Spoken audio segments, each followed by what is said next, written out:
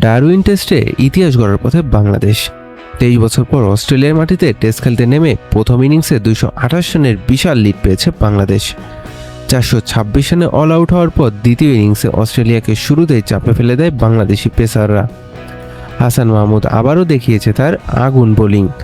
দ্বিতীয় ইনিংসে পেয়েছেন 2 উইকেট। ওয়েদারান্ড ও ট্রাভেস হেডকে ফিরিয়ে দেওয়ার পর স্মিথ লাবুসেনের জুটি কিছুটা প্রতিরোধ গড়ে তোলে। তবে তাইজুলের বলে 31 রানে লাবুসেন ও মিরাজের দুর্দান্ত ক্যাচে 44 রানে ফিরেছে স্টিভ স্মিথ। দিন শেষে অস্ট্রেলিয়ার সংগ্রহ 4 উইকেটে 161 রান, অর্থাৎ বাংলাদেশ এখনও 67 রানে এগিয়ে। ক্রিজে ক্যামেরন গ্রিন 43 এবং অ্যালেক্স ক্যারি 60 রানে অপরাজিত।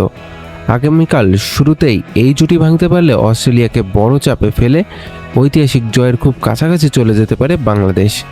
আপনার কি মনে হয়, অস্ট্রেলিয়াকে হারিয়ে ইতিহাস গড়তে পারবে বাংলাদেশ?